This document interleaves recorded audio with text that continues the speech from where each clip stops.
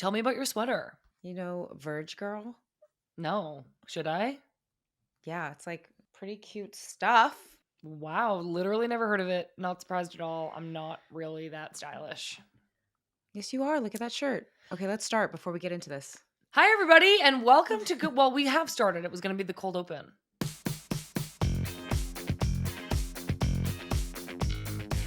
Hi, everybody, and welcome to Good Vibes FC. I'm Mewis coming to you from the Women's Game World headquarters back in Vermont. And I'm Lynn Biyendolo coming to you from Seattle. Well, how's the weather? You literally tell us how the weather is every single week. Oh, yeah. It's sunny. Shocking. Sunny, but I hope cold because you have on a big old turtleneck. Yeah, it's like brisk a little bit. It's a mock, I think, but my neck is small. Good Vibes FC is presented by our really great friends over at Olipop. Use code TWG20 for 20% off at drinkolipop.com. Today on the podcast, we're chatting NWSL games and who wants to go to playoffs the most. Then we'll talk about the biggest matchups in England from this past weekend. All the top teams played each other. It was really fun. And finally, it's the return of Sick and Tired because I needed something to sell up top, and it's Sick and Tired. That's the big selling point of this podcast. But first, Lynn, how are you? I'm good. I just got back from Malibu. I know. I saw you got inducted into the Pepperdine Hall of Fame. Congratulations. Wow. Thank you. I feel too young to be in it.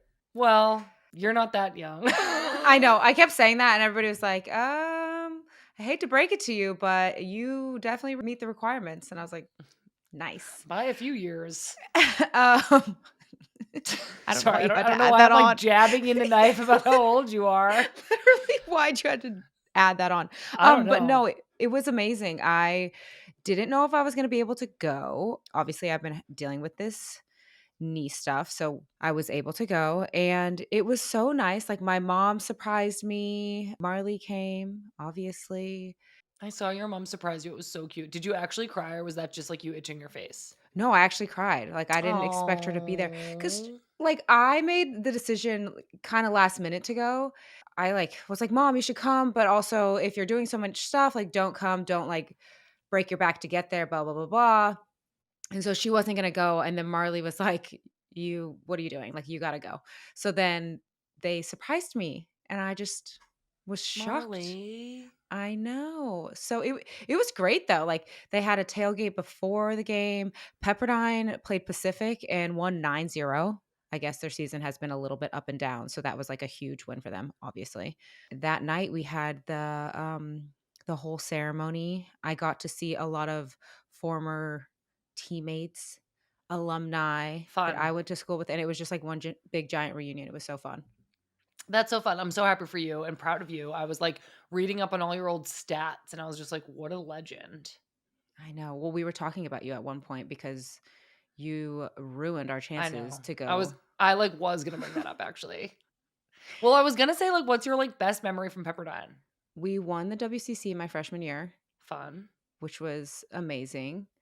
I don't know. I don't have like an on-field moment. It's like the same as what I think now. It's just like fun with friends in like the locker room, being crazy, planning what you're going to do on the weekend. Everybody else is going out and you're like, I have a soccer game. How can we also still have fun? Like, those kind of things is what I remember the most. Yeah. But it was great. I like had to do a whole speech and everything. I was a little Oh my nervous. gosh. I know. That's so cool. Well, I'm so happy for you. Congratulations. And yeah, just in case anybody didn't know, our senior year in the tournament, I scored the game-winning goal against Pepperdine and knocked them out. And it was like in the 89th minute too. I was like, you didn't even give us a chance to come back. That was so mean. I know. It was like so sick though. Yeah, I know. We talked about it. And I was like, what an asshole. And then look at us now. I know. We made up. Now you're contractually my best friend forever. We made just up. Contractually. Just contractually. Well, I just got back from London. Yeah, tell me everything. There's a lot to tell. I went to London. We went to one of Sam's games, which was super fun. I obviously saw my nephew, who I'm literally obsessed with, and I danced with him in the mirror, and I go, who's that dancing baby? Who's that dancing baby? Who's that baby dancing in the mirror? Who's that baby dancing in the mirror? That's So really cute. all we do. And then Christy and I also snuck off to Oktoberfest for one day, which was kind of like her bachelorette party, but like not really officially, just kind of like a sister dream come true trip to Munich to go to Oktoberfest. We had way too much fun. One day was more than enough. And you got to go into a tent. And we got to go into a tent. Those things are When hard to come by. those things are hard to come by. But we were in a small group. Steph McCaffrey joined us, and you can, when you're only 3 people, you can kind of just be like, "Can we We're sit with you coming in. guys?" Yeah, We're coming in, and we're yeah. gonna sit next to you guys. So it was wild. Lots more stories about that coming on an all new episode of Mewis Squared, which drops on Friday. I had a great time. I had a great trip, and I'm very relieved to be home. Okay. I love being home. All right, a quick nickname update for you, Lynn, because you have been absent. Have you been absent? Yeah, you've been absent last week. Yeah, sure. The hot dog nickname is going over, but like bumpy. Like some people love it. Some people, myself included, are like desperate for the nickname to be hot dogs and like can't think of anything better and like want to get hot dog tattoos and jewelry. Some people are like offended. So I'm just gonna like leave it where it is. If it comes out, it comes out. I like Maybe we it. could just, like, call them the dogs. Like, we don't have to say hot dogs. "What's up, I c- dogs?" I could live with that. I think I could live with that. I coulda got on board more with, like, a corn dog. You know I love a corn dog. All right, should we talk soccer? Yeah, I guess, if I we wish we have could to. keep I wish we could keep talking all different kinds of dogs. But we actually are about to talk dog. Yeah. Okay, so I have another long story because I was briefly in North Carolina, Lynn, but I did have a dog emergency this weekend. So if you want to hear the whole story, it is kind of long. It is going to delay us kind of getting into the soccer portion, but it does kind of have to do with the North Carolina Courage. So how deep should I go? I don't know, just start, and then if you're going too long, I'll cut you off. Perfect. Okay. So I'm flying back from London to Okay. Raleigh because I was going to do some media for the league before the North Carolina Courage game, and then I was going to go to the game. Okay. When I'm on the plane from London to Raleigh on Saturday, I'm emailing with Pat because the Wi-Fi wasn't good because Chester had hurt his leg the day before and Pat was taking him to the vet. I was hoping nothing was going to be wrong. I was hoping that he hurt his leg and he was going to walk it off and he was going to be okay. So this email comes in from Pat and it The fact that you guys says, are emailing is crazy. the Wi-Fi didn't work on my phone. This was like a last resort. It's an 8-hour flight. I needed information. I emailed him. We're emailing. An email comes in. Chester has fractured his femur and needs urgent surgery. Oh my gosh, poor pup. What did he do? Lynn, I'm now on the plane, sobbing into my hands that my poor dog fell down the stairs racing to get his food when he was at doggy daycare and he fractured his femur. And now I'm going, okay, I'm a horrible dog mom for putting him in that situation that he had to go to doggy daycare and he broke his leg. I'm also not home. How are we going to get him this surgery immediately? What are we going to do? It was like literally so sad and so awful. And we're just so sad for the little guy, the poor little guy. I know. I don't know if I would have told you until, like, you landed or something. Like, I don't know. Well, here we go. Now me and Pat are in go mode, right? Yeah. And put Pat in a crisis. No, we're not being emotional. Don't say anything emotional. Pat's not having it. We're doing, we're going, we're taking Okay. action. So now Pat you're in takes North action. Carolina and he's taking action. I'm landing in North Carolina. Pat's taking action. He's driving to the animal hospital in Massachusetts that has 7 orthopedic surgeons on staff where he can Wow. urgently get Chester can't really like walk. It's like kind Yeah. of like dangerous for him to be walking. Pat gets him in Saturday night for surgery Sunday morning. Great. I go do my media for the league. Yeah. Mary picked me up at the airport. So nice. Our best friend, Mary Speck, who plays for the Courage, picked me up at the airport, makes me a coffee at her house. I take a shower. I change. I go do my media for the league. I'm interacting with all the North Carolina Courage fans. I feel so at home. I'm like, oh my gosh, this is so nice. I love this team. I want them to win. I want to go cheer for them. Yes. But I have to go straight back to the airport after I already flew from London to Raleigh and I need to fly to Boston right now because my dog needs me. Fly from Raleigh to Boston, sleep at my parents' house. Chester gets his surgery, picked him up this morning, and now he's home safe. Is he feeling okay? He's feeling okay. I just delivered him his dinner over on his bed, and he ate the whole bowl within 60 seconds, which also doesn't sound Wow. super safe. So we're gonna have to sort out how to slow him down while he's on the mend. But he's feeling better. He's gonna be down and out for about 2 weeks, but he's okay. Are you okay? Like literally, no, like not at all. Okay. Like I'm going through like a lot of existential crises. It doesn't seem like it. Okay. Well, you're holding it together well. I am holding it together well. I feel very literally blessed. I never say blessed that we have family that were so helpful in like what in our family is a crisis. I know people are dying, Kim, but like we love the dogs a Yeah. lot, and like it was really scary and really sad, and our family really like stepped up. Like we were sleeping at my parents' house.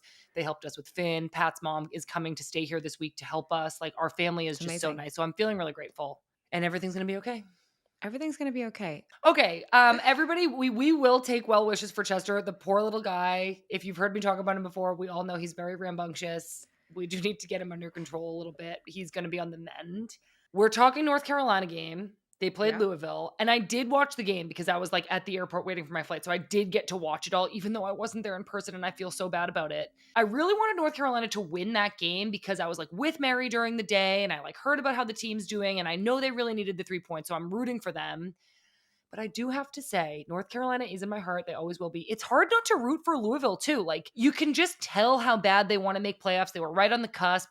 They seemed really hungry to win that game. Emma Sears scored 2 goals. And I heard this like little bit of like NWSL fandom recently, Lynn, and I'm eager to get your take on it, that Mhm. Louisville are like the bullies of the league this season. Like, they're kind of just like out there being bullies. And I didn't really know about that because I find myself like rooting for them. Oh. What do you find yourself doing? Well, I'm definitely not rooting for them. I'm not Yeah. not rooting for anybody but the Reign. I'm gonna say Right. that, especially when playoffs is so tight. I do think though that they are I haven't necessarily thought of them as this bully team. I think of them as a very direct, we'll hit you on a counterattack team. But also, like, when we played them, they were, like, willing to play. I don't even necessarily mean bully in like the bad bullying way. I think they're just Yeah. kind of being like tough. Maybe they are committing a lot of fouls. I'd have to look at the stats. But I think it's like, I kind of think of it as like they're kind of just like powering their way through Yeah, I think that they are a team that historically, like, what is their record? They've only come in ninth in the last every year.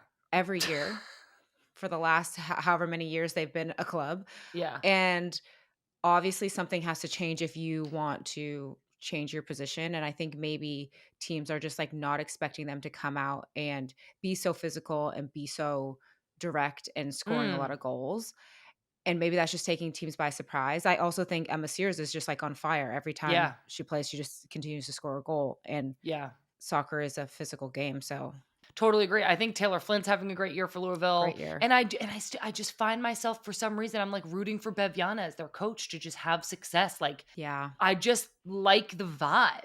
Let's center our focus back onto North Carolina because I can tell this is going to be an episode where we just like keep going off the rails talking about corn dogs and whatnot. Um, I do feel like North Carolina, who are now in ninth, Yeah. they're just missing some key pieces. Like they do have some players out. Denise O'Sullivan's out injured. Brianna Pinto was out this game. Philly Rao has been out. Ashley Sanchez is back. She subbed into this game, but the Courage don't feel like a team that can actually like afford to be missing starters. Like they need Denise O'Sullivan. Like they don't necessarily have replacements for all of these missing players, and I think that that's kind of been showing in their like inconsistent results. I would agree. I also like, I mean, North Carolina is always going to have a special place in my heart. As much as, again, I'm not rooting for any team, it hurts my heart to see them out I of know. playoffs. Not out, but like right now, they're out of the playoff line. I think in the past couple of years, they have tried to figure out what is their identity, what is their playing style, right? And they have solidified that they're this playing team. They want to keep possession, they want to play beautiful football. In the last couple of games, I think that they've been able to stretch him behind with, like, Peyton Linehan. She got traded from Portland, and she's like a fast winger, so she pushes defenders back.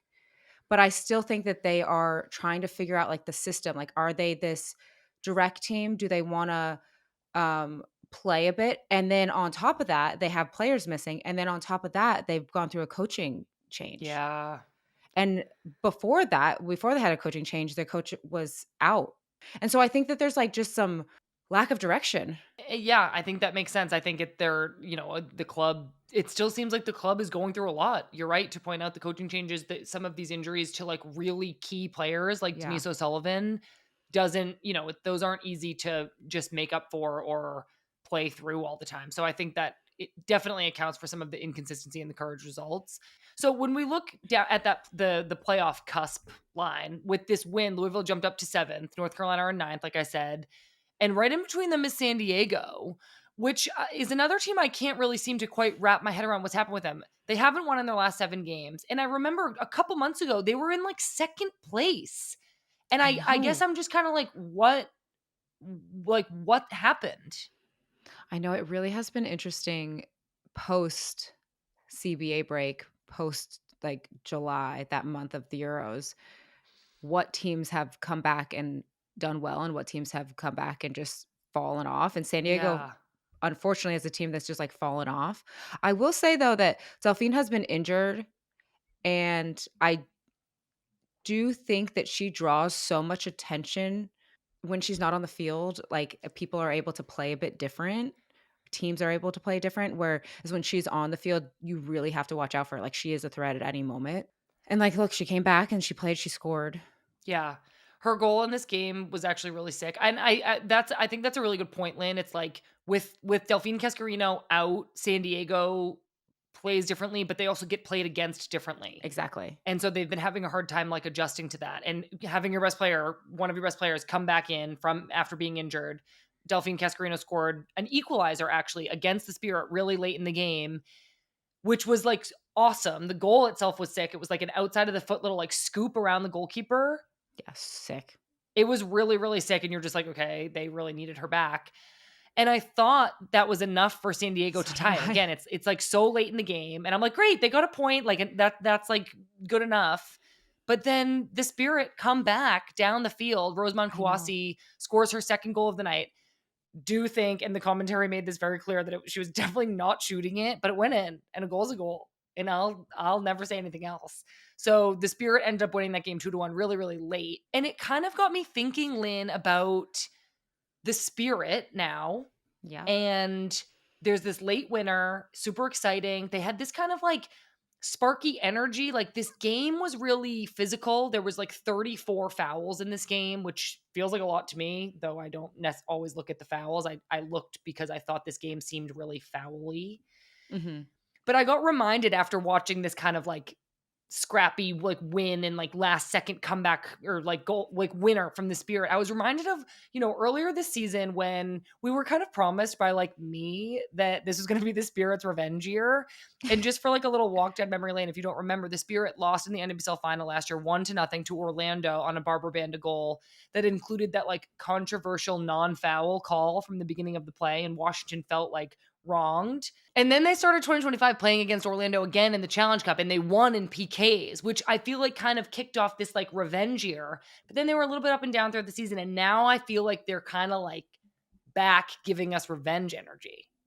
I don't know if it's like revenge. I think that they definitely, you feel that going into the next season, but I also just think that they have a lot of great players and they're a great team. I think we've talked about this before with like teams that are putting consistent performances together and aren't necessarily like Washington isn't competing in like the bigger group of teams that are like trying to make it into playoffs. And I think that has to do with like just experience. I don't know if necessarily Mm, it's like revenge. It's just they have a great yeah. team. But on Yeah. top of that, I think that they have, going back to like the fouls and the chippiness of the game, I think that they have a lot of people that are wanting to compete and perform well and are very competitive. And then I think you have a San Diego team who wants to compete and has been falling short. Yeah, I feel like in a game like that, what we're really seeing is like two teams who like just want it really bad. And I think sometimes when that, like when there's an early foul or something and it like starts to get chippy, it's like the more physical you are, you feel like that's like wanting it more. And so I do think this game was particularly physical. And even though the Spirit won, there were a couple moments where you're seeing players from both teams like really animated with the ref and yelling at the ref. And particularly, I remember one specific play where Trinity Rodman seemed really upset that she didn't get a foul called. She Mhm. actually posted it on her Instagram story, kind of like showing this particular moment, how she was getting fouled, what she felt like was dangerous play, and was kind of demanding, better refereeing. She also said she wasn't like, she's not trying to call out the player that fouled her. She's just saying that, like, the ref needs to manage the game better. And I did notice that. Like, the reason I looked up how many fouls there were in this game was because I was like, there's a lot of fouls in this game. And you can kind of like see that. And so I think it's interesting that, Trin did this. I think anything Trinity does, people are going to talk about. And I'm just curious, Lynn, how you feel about like refs managing the game and players, if they're unhappy or feel unsafe, talking about that publicly. Yeah, I think that there's like two sides to this. Like I've played in this league for 11 years now. I have done my fair share of yelling at refs. Um I think that when you are a player and you're in it and you are competing and you're feeling every single little tug on your body, you have one perspective, right? And then there's the perspective of the ref that's like they know the actual rule book. I'm not saying they get it right all the time, but you have to think about like what is their vantage point? What are they actually seeing? So then you hope that like VAR comes in when they can't Yeah. see everything because they're human too. They there was four people, let's say, trying to manage the whole entire game. And so you hope VAR comes in and takes over when they don't see stuff. But at the same time, like I would like to think always like, oh, if the ref didn't catch it, VAR has to catch this. And it's VAR is there for clear and obvious. Like it's not VAR is going to call every single thing. It has to be clear and it has to be obvious. And I Yeah, think there's like that's certain stipulations around when it could even come into play. exactly. But I also feel like if you feel as a player that you're not being protected, then you should have every right to call out the people that are supposed to be protecting you. So I think that there's definitely like two sides to the argument. I don't think that a ref ever gets it 100% right. And I don't think they get it as wrong as you feel in the moment. I know for me, like going back and watching games, I'm always like, oh, I like yelled a lot at that moment. And now watching it, I might be half right. You know? I refuse to say I also would like never speak to another human being this way off the field. So like this is kind of like cringe watching it back. yeah. That's how I feel about myself, nobody else. I want to get back to another team that is staying strong right now. The Portland Thorns, they're in fourth place. They won their game against Bay 2-0. Thanks to a brace from Olivia Moultrie. Um, Olivia Moultrie had a great game, obviously. One of her goals was this like really great combination play with Sam Coffey, that US Women's National Team connection. Sam like kind of slipped her the ball, and Olivia's like shot just was like so sharp. It just like came Mhm. right. It was one of those shots where you like, if you hit that in practice, you're just like, damn, like that just went straight in. Like it was just a really clean hit. And then the other one was a free kick, which like I say this every week. There's a free kick goal. I'm just like, free kicks amaze me. And I was thinking this weekend was like kind of perfect timing for Emma Hayes to be like watching and seeing. I bet national team invites are going out like maybe today, maybe this week, maybe they've already gone out. But I was curious if you think Olivia Moultrie will be in that October camp. I think she will be. I think if well, one if you're thinking for the future, yes, you want her in there, but also she's in form right now. It's like every time I turn on a Portland game and they've scored, Olivia's scored. Yeah. And from I think free kicks are so dangerous to be able to Yeah. score free kicks are sick. Yeah. And then I would agree. I think that her goal it was also like this very square ball from Sam and I sometimes those can be like know. hard. Yeah. Like And awkward, yeah, and she but she handled like it great. nailed it. Yeah, I think she's playing really well, and I think that at such a young age too, she has so much growth Yeah. to continue to be had. Like, yeah, She's an interesting one to me because she's so young, but she has so much experience because she I started know. so young. Like she already has like so many like professional appearances, and it's like she's so young. And so to have youth plus experience is just like really rare and will make her into like just such an incredible experienced I know. player. Speaking of experience, how was that for a transition? Before the match, the Thorns honored the GOAT that is Christine Sinclair with the ceremony retiring her number 12 jersey and inducting her as the first ever player into the Portland Thorns Hall of Fame, which is so deserved for it to be So her. deserved. A ton of fans showed up to celebrate. The stadium was packed with over 21,000 people. And I thought this was really funny, Lynn, because like we call Sink the GOAT. They set up like a goat petting zoo outside the stadium before kickoff, and I'm just like, that's hilarious. So funny. Like literally so funny. I wonder if she liked that or was like, get me out of here. I wonder if she just like even acknowledged it, or like did she go pet the goats, or was she just like, I'm sorry, I have to like go inside. I would have pet the goats and took a picture with them and been like, wow. Okay, well, good day for Portland. They won 2-0. Bad day for Bay. Particularly because, as everybody knows, Bay FC are hosting the NWSL Championship in San Jose, but with this loss, they were eliminated from playoffs. Oh. Womp, womp, womp. I know, not great, not great. Lynn, really quickly, because geez, we are just absolutely dragging this NWSL chat. Sorry. Your team, Seattle Reign, tied Gotham 0-0. A real defensive performance from you guys, which you've been really good at all this season. I just feel like you guys are like recognizing when you need to batten down the hatches or whatever this expression is. Tell me about your team and your game. Yeah, I thought that we put like a real gritty performance together. It looked like, especially in the second half, we were like bunkering down and weathering a storm. Yeah, But like I thought Phoebe played a great game. She was just all over the place stopping that's people. Phoebe McClernand, your center back. Yes. I also think Claudia has Claudia Dickey, your goalkeeper. our goalkeeper, yeah. She's just come out and made amazing saves game in and game out, and she did that again. Did that again. She did that again. Do you think Claudia will go back into national team camp? Yeah, I think she will. She's been playing great, and she's been, I think, keeping us in a lot of games in moments where I'm Yeah. like, "Woo." So, I mean, I'm happy for the team. I'm proud of the team. We are, again, pushing for a playoff spot as well. And so anytime you can go to Gotham and pick up a point, it's a success because of, like, 1, their team is stacked, and Yeah. it's, like, not an easy place to play. Yeah, for sure. Go girls! Well, go on, Seattle. Okay, I know that we have been talking about this forever. So one final game I wanted to bring up was the Utah-Chicago game, and I have 3 things to say. I'll make this quick. 1, Mina Tanaka's first goal was so sick. It like looked like it was in fast forward. She like intercepted the ball, cut, shot, and like the shot was so hard. Yeah, it was crazy. I was like, "Okay." So that was sick. Jealous. 2, the coaches fighting at the end was wild. 3, Chicago like came back again. They were down 2-0. They pulled off a tie. And I did want to point out that the player who scored the equalizer for Chicago was 17-year-old Michaela Johnson. It was her first ever NWSL goal, and she's about to head off to the U17 World Cup next week, which starts October 17th in Morocco. And I just wanted Oh, everybody good to know luck. that. I need to start giving everybody like a little bit like of a forward heads up because I need that. And I'm like, Champions League's tonight, everybody. The U17 World Cup is next week, everybody. Put it on your calendars. That brings us to our Lollipop Gut Check of the week. Believe it or not, we're still going.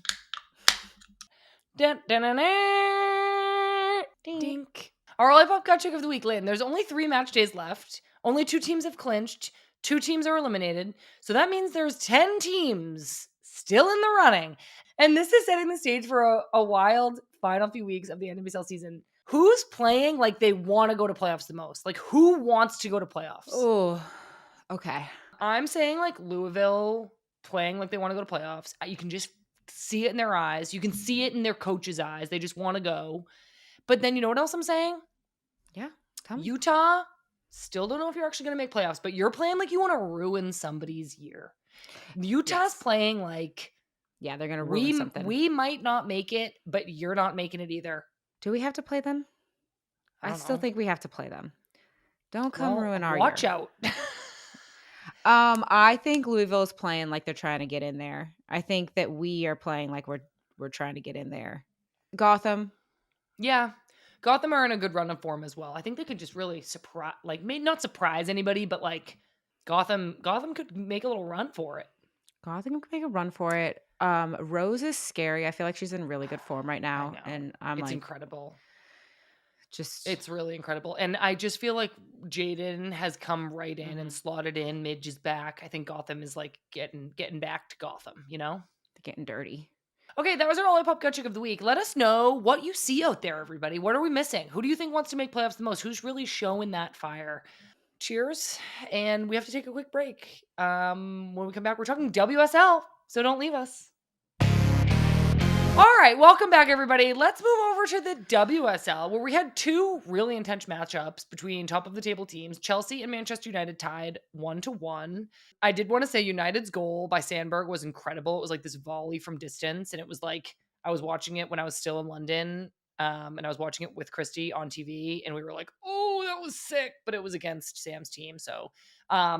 But Chelsea's goal was actually really good as well. It was set up by this like smooth backheel assist from Kat Macario. So they tied 1-1. But I think the talk around Chelsea this week has been about that 9 position.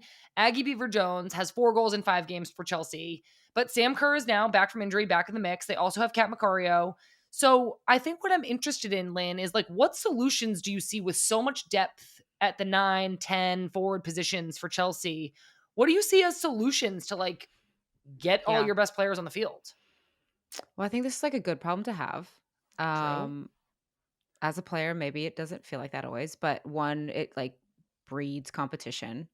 And I think True. that you also have the ability to, well, one, they're going to start playing more games, right? Like, Yeah, because Champions League is starting. So they'll start correct. having like some 3-game weeks.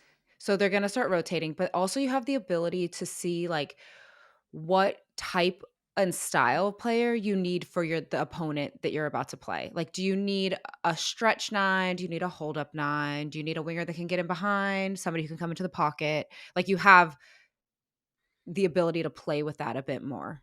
Mhm. I I think totally it's agree. I exciting. think it's like yes to the idea of like you can play what player will be most effective against a particular opponent. And I'll also just say that like this is why Chelsea has so much depth. Like you can look at Chelsea's roster and be like you're probably paying somebody who's sitting on the bench so much money to sit on the bench, but it's like they do that so that they can win every single game. They want to win Champions League. And in order to win all of the things, you need to be able to rotate when you have a 3-game week. You like need versatility, players who can do different things against different opponents. So I think it's absolutely a good problem to have. And I think that I'm excited to like see how Sonia Bonpastor is going to manage everybody and I gonna like know. there's even more players who are injured and coming back, and she's gonna have to like manage That. starters who may not be starting. She's gonna have to like make Yeah. switches. And so I think it's like a big challenge, but I'm excited to see everybody on this team like try to have success. Well, I also think that, like, every team that I've been on that's been successful, the bench has been very deep. Mhm. So, I feel like you are only as good as your bench is. Yeah, Like, I totally agree. so if you have a really deep bench, and if I'm an opponent and all of a sudden I'm seeing Sam Kerr, Alyssa coming on, I'm like, I freaking know. out. Can you imagine? Like, okay, I just defended this person. Now I have to defend these jumping and leaping and speedy people. Yeah. Chelsea have like an embarrassment of riches, and I hope that that like results in them finally getting that Champions League. I just like feel like I want it for them. All right. So the other game I wanted to talk about was Man City, who beat Arsenal 3-2. It was quite a thriller.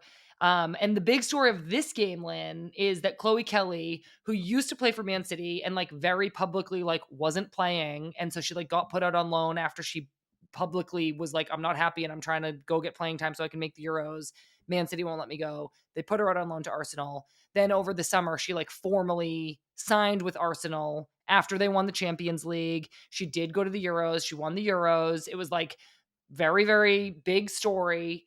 Chloe Kelly's playing against her former club in Manchester. She scores a banger and she like hits her Arsenal badge like a bunch of times, and she's like yelling into the crowd saying like Arsenal's her club. So that was wild and a lot of people were talking about it. Well, it's crazy because normally if you move from one club to the next and you play them and you score, you don't celebrate because you're like, I respect you guys. I'm not going to celebrate on you. You guys were my former club. But in this case, she was like, a big F you. I'm celebrating. And do you think that that's disrespectful? Like don't like I was kind of like fair enough. Like you're mad at them. No, I don't think it's disrespectful. I think that if you are going to a club and they value and they see something in your talents that your former club didn't see, Yeah. I would be excited too. I'd be like, you didn't want this. You didn't value me." Yeah.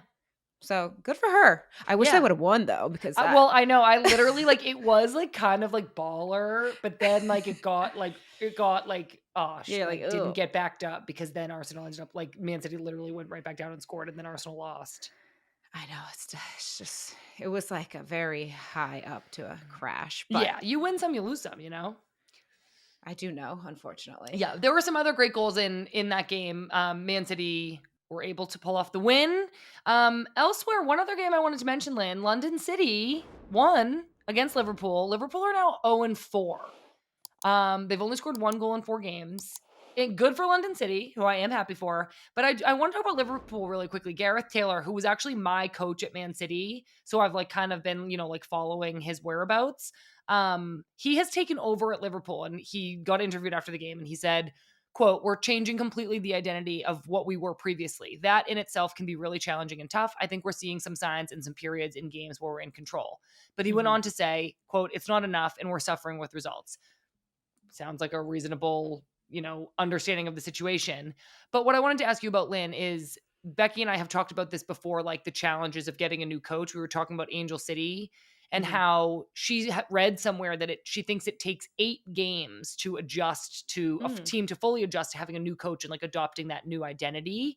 Liverpool's only 4 games in. Without, I don't expect you to talk about Liverpool specifically, but do you think 8 games sounds like an appropriate amount of time? Yeah, I do. I think that we kind of talked about this in a previous episode with Houston Dash. Like Yeah. they weren't playing well. Everybody's like, you got all these players in, you got a new coach. How are you guys not being successful? And then you come back from the break and all of a They're sudden doing better. they're doing a lot better. Yeah. And I think that you just have to have grace with teams and coaches and players. You have to be able to one if the players have this idea about what it's gonna be and it's something different, you have to, like, have time to throw that out of your brain and Mhm. really, like, learn something else. You're building new connections with people that maybe you haven't played with before. You're building a new connection with a coach that you're like, "What do you actually want from me?" Because I might have been coached something differently, and so yeah, I do, I think that we want things so quickly, like, Yeah. we just want instant gratification. It just doesn't work like that. Yeah. Yeah.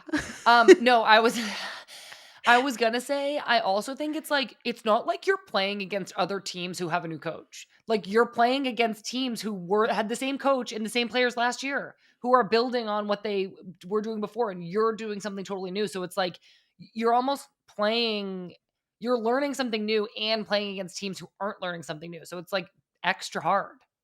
I know. I kind of think of it as like gonna go all the way back to college, but um, when you like come in with your like freshman class, and Yeah. sometimes like your first year is rocky, and then you keep going, you going by your senior year, you're like this incredible team. And you're like, well, yeah, we've had 4 years to play together. Like we've Yeah. got to know each other. We know each other inside and out, blah, blah, blah, whatever. And it's like, well, yeah, time usually makes you better if everybody is bought in.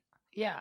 I completely agree. We're saying the same thing. Another thing about the WSL, I want to shout out Tottenham, who are in third right now. They've only lost 1 game. And why I want to talk with them is because it's like when you pull up the table, it's like kind of cool to see Tottenham up in third, and that may not like last forever.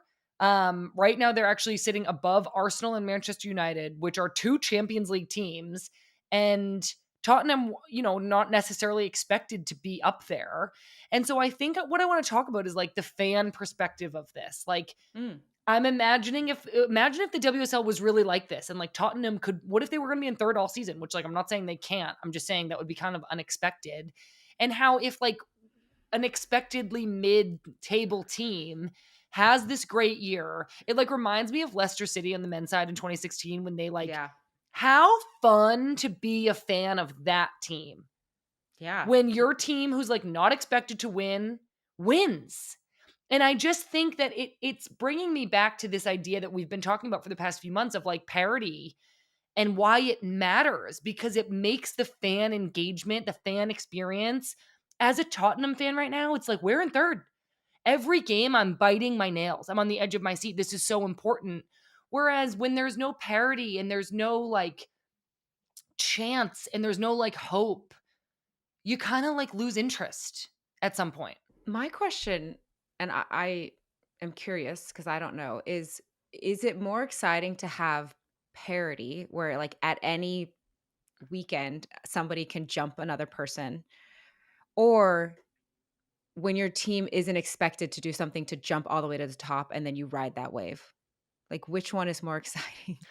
The idea of, like, a Cinderella team winning, that's what I want. I think I want to feel, like, so emotionally invested in a team, like, if I was born in England, I would have inherited a love for, like, one club.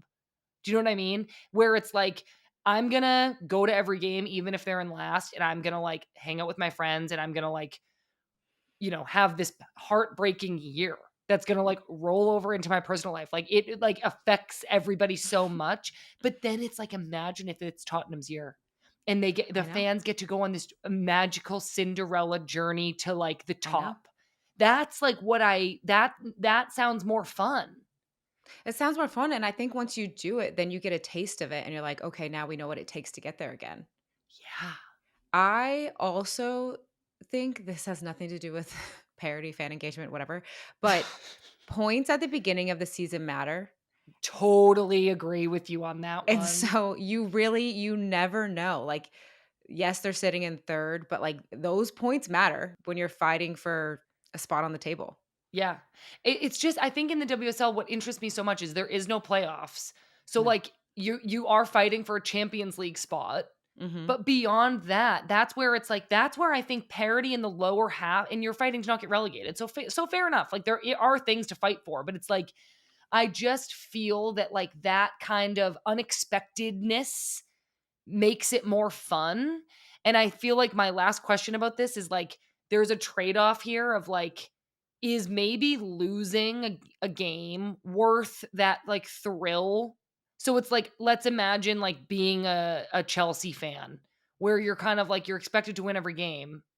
Imagine you do win every game. Is that so fun? Or is it, like, more fun to be kinda like, "Oh my god, imagine if Tottenham win the whole thing." I think there's something really incredible to, like, a Cinderella story, and I think that's people love Cinderella. Cinderella until they get to the top, and then they want them to come back down, right? But my rebuttal to that would be on the international stage, the US is a top team that everybody expects to win. Are you not also having a good time as a fan watching the US win? Well, no, I definitely am. But it's such a different, like, system. Like, it's such a it's not a season. And I something I will say is, like, the devastation of 2023 of watching the US lose Yeah, when they it was yeah. devastating to lose. The pressure to stay at the top is a lot of pressure. Well, so I think the same thing with, like, Chelsea, like, if you're a fan and you lose games that you're not supposed to lose, you're also like, "What?" Devastating. Devastated. You're like, "What is happening?" But I don't want the devastating. I want it all to be a win-win. Well, you gotta get out of sports then. I feel like expected to be at the top is a lose-lose because if you win, yeah, you were supposed to win. And if you lose, what is wrong with you? Whereas if you're, like, supposed to come in 6th and you come in 7th, it's kind of like disappointing year. No problem. But if you come in 3rd, hero. Yeah, but that's not parody. Well, what is it? That's just outperforming what you are expected. I think I've got to sort myself out.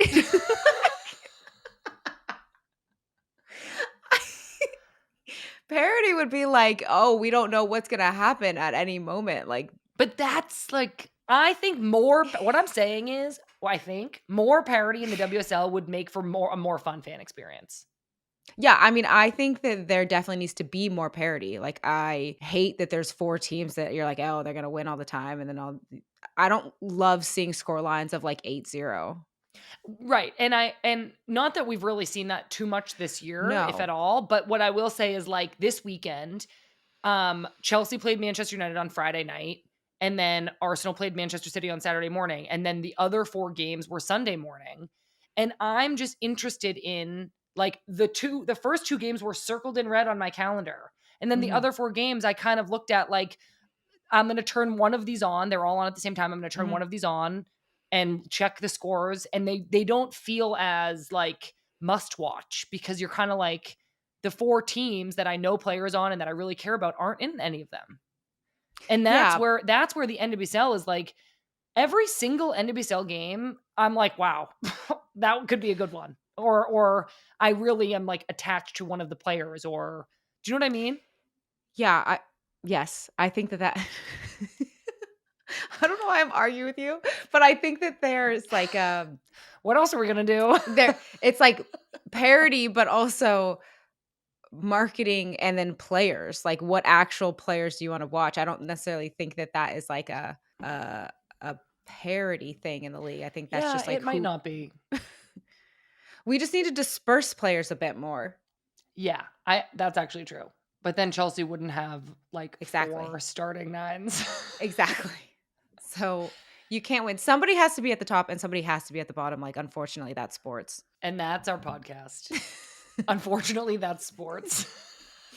That's the new name.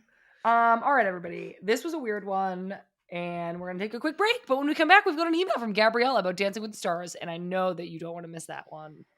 And I know what parody is. Okay, welcome back, everybody. Let's head over to the inbox where we have an email from Gabriella that reads, Dear Sam, have you seen that clip of former Lioness Karen Carney dancing on the BBC's equivalent of Dancing with the Stars, Strictly Come Dancing? It's so fun and fabulous. Could you and Lynn share which U.S. women's national team member or any former guest of the show you think would be the most likely to compete in Dancing with the Stars? I think it would be so much fun. Thank you, Gabriella. Parentheses, spirit fan who lives in NYC. One, yes, I've seen the clip. It is really sick. Karen Carney does an incredible job. She has little soccer socks on. Two, Strictly Come Dancing. Don't like the name. Never have. Never will. Dancing with the Stars is way better. Three, Lynn, who do you think would be good on Dancing with the Stars? Rose. Oh my God. Do you think she would ever do it? No. I think that she would be too nervous, but I think she would be great at it. And Crystal. Oh yeah.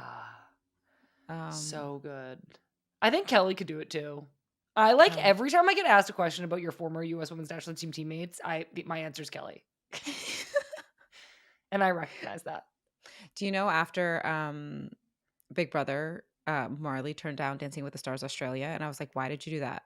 Why did he do that? I don't know. I think it was like a lot going on and just, yeah, he was overwhelmed. But I was like, you need to do that. And then he just didn't. Well, you never know. It could circle back around.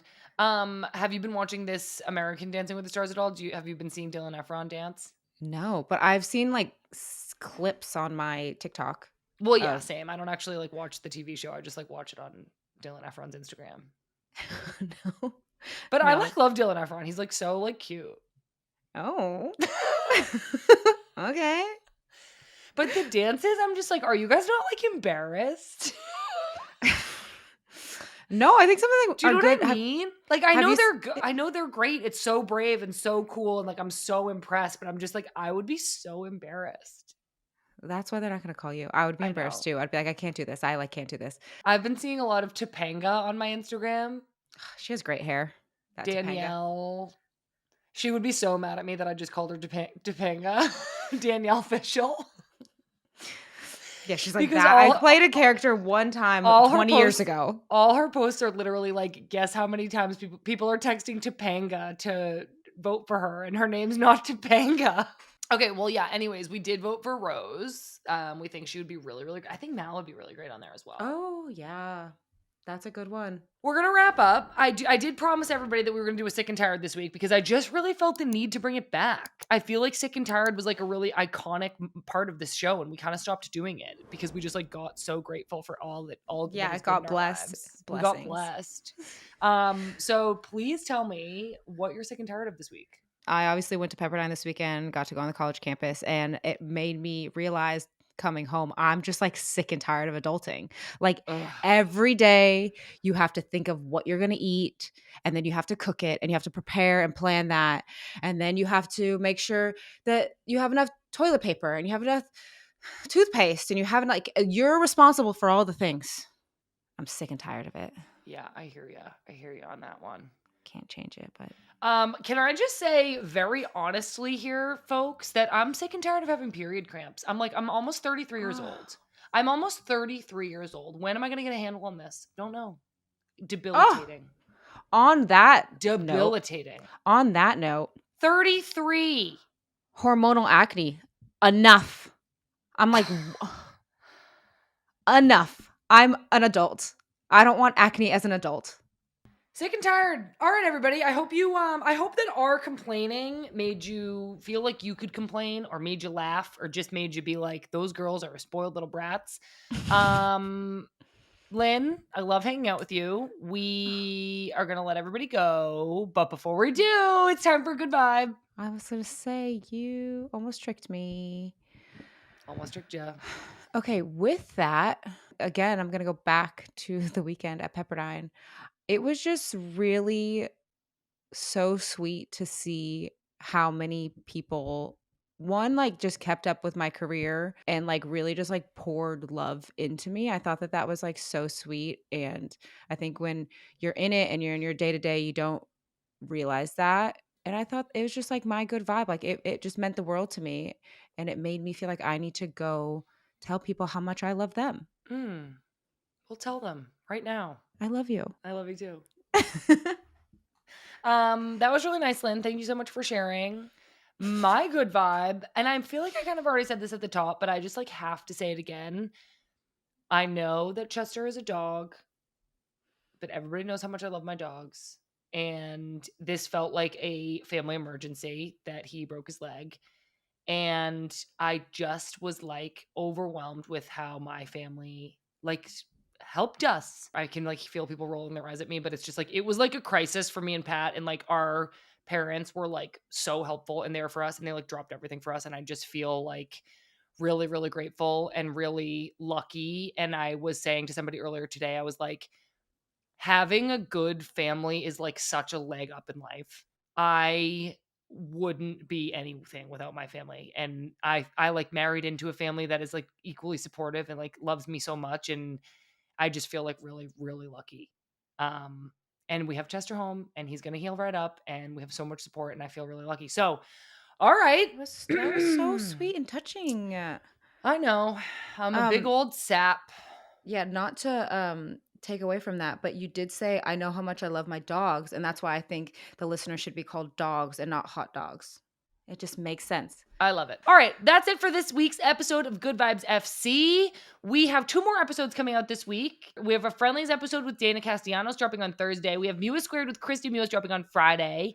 And just yesterday, Becky Sauerbrunn dropped another episode of Teaming Up with Katie Nolan. It was such a wonderful podcast. So go ahead and listen to that. It's also on YouTube. You can also join us on Discord. You can follow along with us across all social media. If you don't have TWG all over every device, I don't even know what you're doing out there. Me either. Don't even know. That's all, my dogs. All right. I love you guys. I'm Lynn Biyendolo. And I'm Sam Mewis. And that's all, folks. Do a little bark. Ruff, ruff.